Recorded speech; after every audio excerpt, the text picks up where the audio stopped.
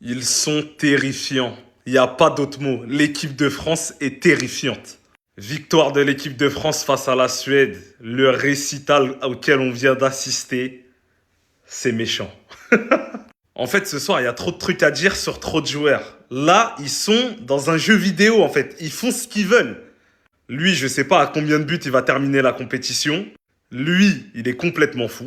Lui, comment t'es nonchalant et tu joues comme ça? Moi, je sais pas, en fait. Là, ce soir, ce que j'ai vu, je sais pas.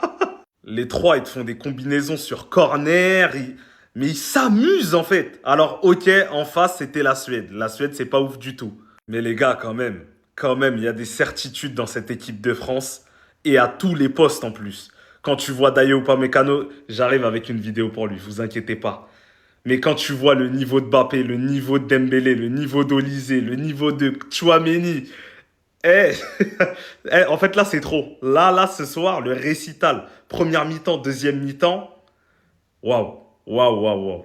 Kylian Mbappé a choqué tout le monde en faisant la célébration du dictateur et surtout en marquant un doublé incroyable et en finissant homme du match. Je vais tout vous expliquer. Pour tout comprendre, il faut savoir qu'avant même que le match commence, Kylian Mbappé avait l'air hyper concentré et les deux coéquipiers d'Arsenal, Saliba et Gyökeres, se battaient comme jamais jusqu'à ce que Kylian Mbappé ait ouvert le score avec un premier but. Mais ensuite, ce but a été annulé pour un hors-jeu. Les supporters français étaient juste dégoûtés. Tout comme Kylian Mbappé qui a profité de la pause fraîcheur pour se concentrer davantage. Juste après, sorti de nulle part, Olysée a fait une incroyable retournée qui est partie tout droit vers le poteau. Et c'est dommage car ça aurait été sans doute le but du tournoi pour l'instant. C'est pas très grave car quelques minutes après, Kylian Mbappé a ouvert le score en mettant le premier but de l'équipe de France, laissant Gyökeres complètement choqué par terre. Après ce but, évidemment, il est vite parti voir Deschamps qui a récemment perdu sa maman. Deschamps, lui, était très content pour ce geste. Les supporters français, eux, étaient juste choqués par ce but. Et Mbappé a remercié les supporters en faisant la célébration du dictateur. Ensuite, le match s'est débloqué car Olysée a fait une passe D pour Barcola qui a marqué le deuxième but. La passe, franchement, encore une fois d'Olysée était juste parfaite. Lui aussi, d'ailleurs, pouvait marquer un incroyable but, mais il a raté son face-à-face. C'était pas très grave car quelques minutes après, il a à nouveau fait une passe D pour Kylian Mbappé qui a marqué son deuxième but, ce qui lui a permis de gagner un nouveau trophée d'homme du match. Mais qui va nous arrêter? Qui va nous arrêter? Oh là, les gars, ils font trop plaisir. Mais c'est quoi cette équipe? Mais c'est quoi ce niveau? On est en train de pulvériser tout le monde. Et avant la Coupe du Monde, on a tous un petit peu douté de ce 11, douté de cette équipe, si ça allait être cohérent sur le terrain ou pas. Mais en vrai de vrai, avec les noms qu'il y a derrière moi, mais comment ça se fait qu'on a douté? T'as un Kylian Mbappé qui met encore un doublé, 19 matchs, 18 buts en Coupe du Monde. D'ailleurs, présentez tous vos excuses, hein, ceux qui voulaient le mettre sur le banc. Ah oui, on s'en rappelle, hein. Ceux qui voulaient le sortir du 11. On vous entend moi maintenant. Le mec, il est tout simplement en mission. Et est-ce que j'ai besoin de parler d'Olysée? Mais les gars, j'ai mal à la tête en parlant de lui. Le mec, il a failli t'envoyer le meilleur but de la Coupe du Monde. J'allais tout mélanger s'il marquait ce but, hein. Je vous le dis, j'allais tout mélanger. Le mec, toutes les 2-3 minutes, il t'envoie un caviar, que ce soit pour Mbappé ou pour Dembélé. Il est tout simplement au-dessus du lot. On a trop de la chance d'avoir ce joueur. Barcola qui vient mettre aussi son but, magnifique. En vrai de vrai, hein, on n'a fait qu'une bouchée de la Suède. La première mi-temps, ça allait dans tous les sens. Notre attaque est tout simplement trop cheatée, les gars, c'est FIFA. L'entente entre ces deux joueurs,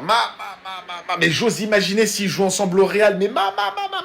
Les autres équipes, on vous attend, on n'a peur de personne. On a la meilleure équipe du monde. Qui va pouvoir les arrêter?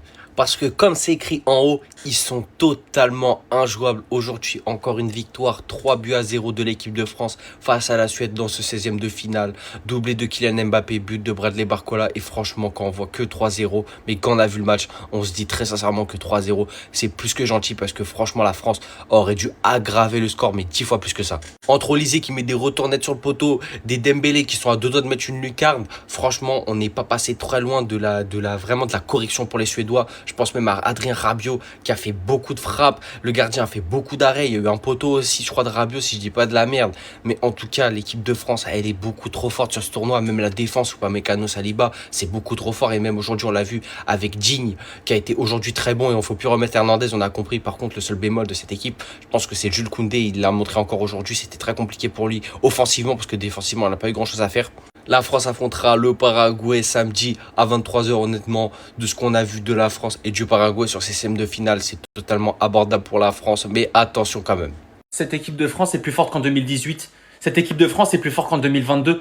Cette équipe de France est terrifiante. Cette équipe de France cheatée, on a rajouté ce démon. Dites-vous que là, il ne voit absolument pas Mbappé. Il est en train de tomber, en train de se faire crocheter. Il va dépasser Messi au niveau des passes. Il va dépasser Messi, je vous le dis. Il arrive à trouver Mbappé. Début de Coupe du Monde, je faisais partie des gens qui disaient « Venez, on teste de mettre Mbappé sur le banc ». Il n'y a personne qui m'a pris par le col, qui m'a mis par terre et qui m'a mis en sang. Personne ne l'a fait alors que vous aurez dû le faire. D'ailleurs, en fait, 18 matchs, 18 buts, 5 assistances. En fait, Pelé, Maradona, Ronaldinho, CR7, Ronaldo, R9, qui vous voulez, allez lui chercher une canette. Parce que c'est le meilleur joueur de l'histoire de la Coupe du Monde et il a que 27 piges. Mais j'ai un vrai dilemme.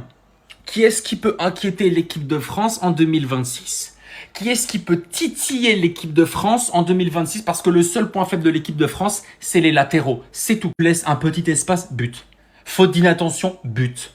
But. Moi, je vous le dis, hein, désormais, on est le 1er juillet. Je vais pas attendre jusqu'au 19. Broder directement la 3e étoile. On va la voir.